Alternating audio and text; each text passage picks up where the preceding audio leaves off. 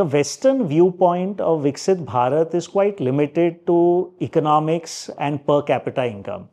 The definition of a Viksit nation, that means a developed nation, comes from the World Bank and the International Monetary Fund. There it is defined roughly that a country having a per capita income in excess of 15,000 US dollars is considered developed. By this criterion, the US is developed, etc. To give you a context, India today is the fourth largest economy in the world with a per capita income close to 3,000 US dollars. So we have a long way to go. By 2047, the data suggests, and my own analysis in the book will show you this, that we will reach these targets of becoming a developed nation. But what is interesting, different, and much more valuable in the Honorable Prime Minister's vision of a Viksit Bharat is he has a holistic vision of development. It's easy to have an average of 15,000, but we are seeing that in the US as well, that as the country's GDP grows, the poorer have gotten poorer. So, the average remains the same, but if income inequality rises, you can still be considered a developed nation. Honorable Prime Minister feels that our development has to be different. We have to ensure that every citizen of the country has a minimum quality and standard of living. We achieve these targets in a sustainable manner while protecting the environment.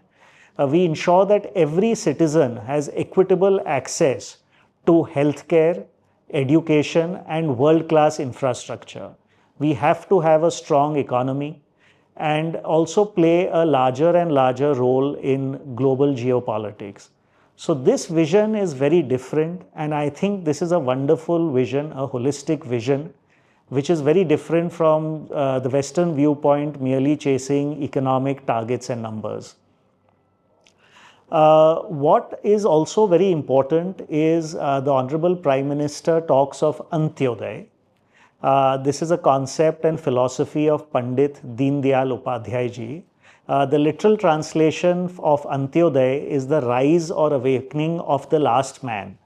And the Honorable Prime Minister definitely has this vision, because if you are aware, a lot of our social benefit schemes that have been rolled out in India, whether it is direct benefit transfer, Ayushman cards, gas connection, water taps, toilets, etc., have reached 90% plus saturation levels.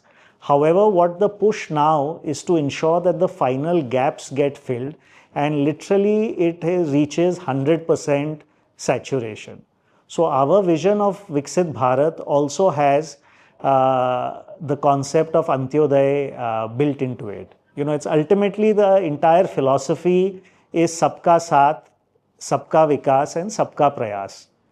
So, everybody will get developed, and we definitely, the last part is important, which is Sabka Prayas. It needs everybody's involvement.